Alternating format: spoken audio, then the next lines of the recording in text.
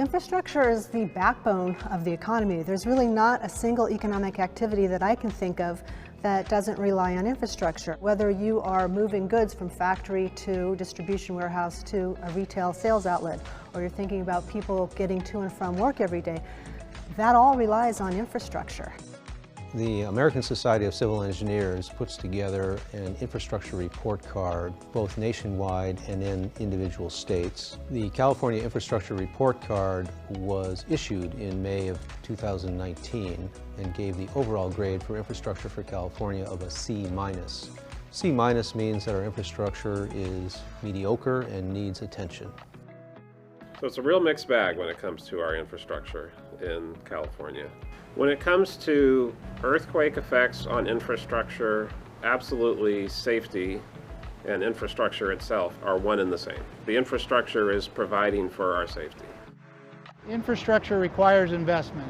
It requires investment at the federal level, at the state level, and at the local level. It is one of the things that makes our economy hum. It creates commerce and creates economic opportunity for everyone. So when we think about building our infrastructure and providing high-quality transportation, what we're actually doing is ensuring that economic growth can occur. Because when you have a completely congested transportation system that doesn't function very well, it strangles economic growth. When people are given the chance to vote to pay for something, as long as the goal is specific enough and they understand that goal, American voters often will go along with it.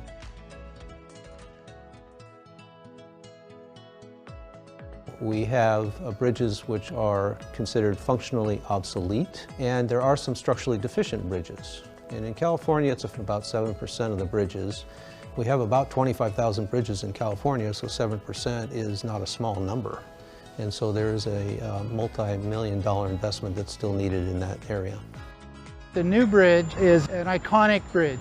It's built to look like an iconic signature structure here in Long Beach. And it's a very important bridge because about 15% of all U.S. imported cargo crosses that bridge each day. It's the primary route from the container terminals in the Port of Los Angeles and on Terminal Island to the freeway network and to points throughout Southern California and the rest of the United States. We just are in the final stages of completing the Long Beach Container Terminal that have the ability to move twice the volume of cargo as the two container terminals that it replaced and produce less than half the amount of pollution that went through there. It's been estimated that the daily impact of cargo going through this port is measured in $1 to $2 billion a day. Over 250,000 jobs in Southern California related to commerce going into and out of these ports.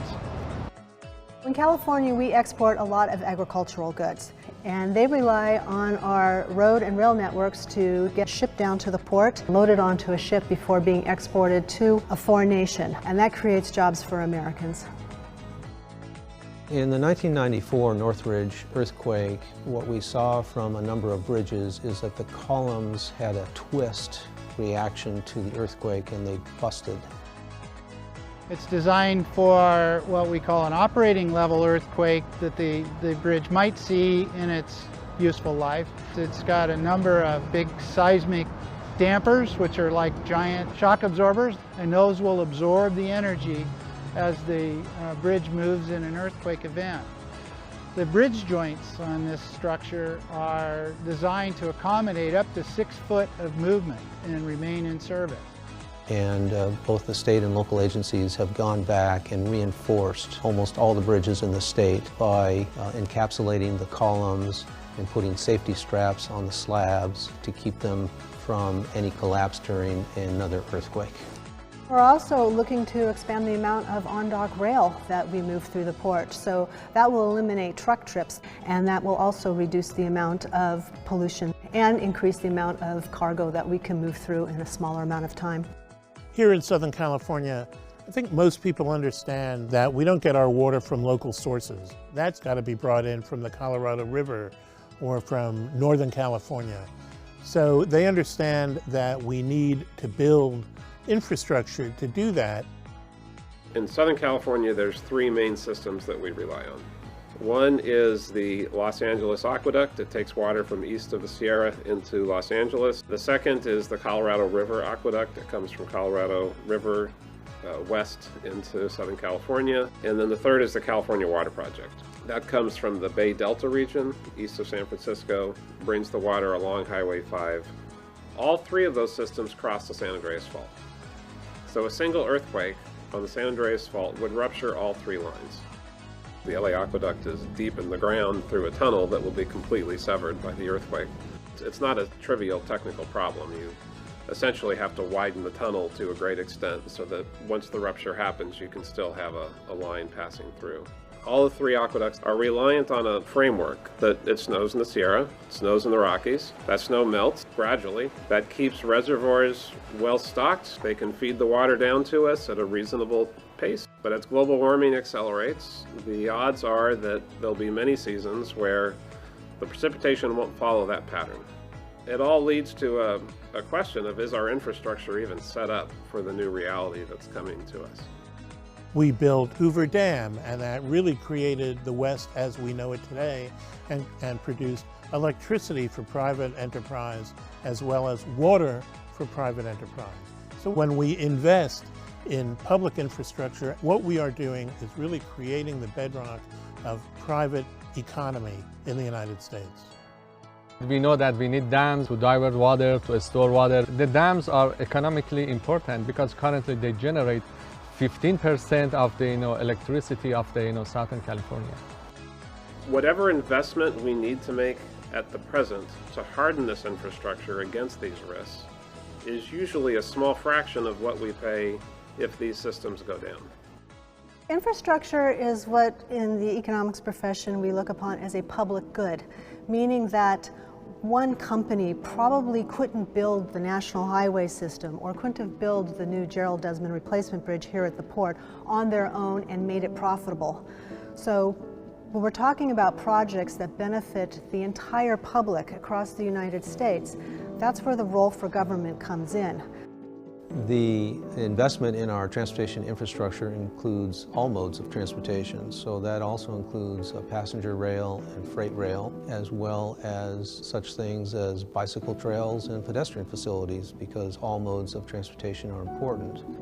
We've embarked on the largest major construction program in the entire country to try to build out the mass transit system for this county. We've got this tremendous congestion problem in Los Angeles that occurred prior to the pandemic, and we don't want to return to that, and we're trying to think about what can we do to make sure that doesn't happen. We need to find better ways to use the freeways that we have built and better means of transportation, particularly mass transit. We have to start recognizing that perhaps that should be the next phase of infrastructure. We just don't have enough road space to accommodate all those people in their own personal vehicles. And so what we're looking at is, how can we move people to transit, to biking, to walking, to telecommuting, to carpooling, to anything besides driving alone. Rail is very efficient when it's used to capacity, and so over time the public will use it if it's convenient and cost-effective. It's the lower income people who wind up having many more challenges when it comes to transportation, and that's who we're trying to fix this system for. I think that all the workers, from the tradesmen, craftsmen that work on the bridge, the iron workers, the carpenters and equipment operators, there's literally been thousands of men and women that have contributed to this job, and they're all justifiably proud of the work that's been done.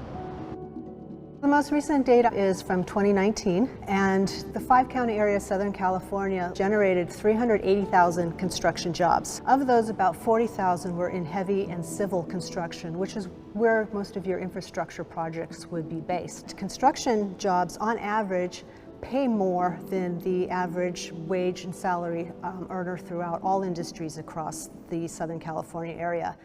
What we're doing is building the infrastructure legacy that will transform this county over the next several decades. And yes, there are jobs that will be created by that, and that's really important, and we put a lot of people to work.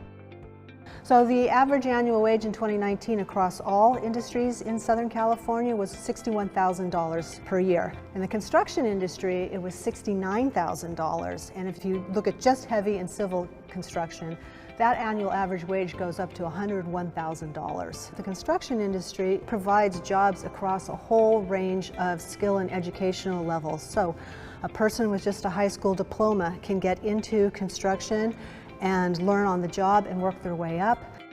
It's obvious that there's a real crying need for more investment and a new kind of investment. We need to stop this process of deferred maintenance that's allowed our infrastructure to crumble. We need to build new airport facilities, new ports. We need to fill potholes. And it's going to cost money, but every dollar we spend will be worth it. So in California, there is good news. In 2017, the state legislature passed the Road Repair and Accountability Act, also known as SB 1, and signed into law by Governor Brown. And that raises about $5 billion per year for transportation improvements. The result of that commitment and investment in our infrastructure is that the road conditions are fully expected to get much better over time. Infrastructure, that's like the connective tissue of the economy. Infrastructure is what makes modern life possible. So try to imagine our urban cities without the delivery of water and power and the removal of waste afterwards. So that's really infrastructure was what makes modern life possible. When you step back and look at the big picture, it's often awareness and political will are bigger problems actually than dollars. So infrastructure of all types in our country simply equates to quality of life.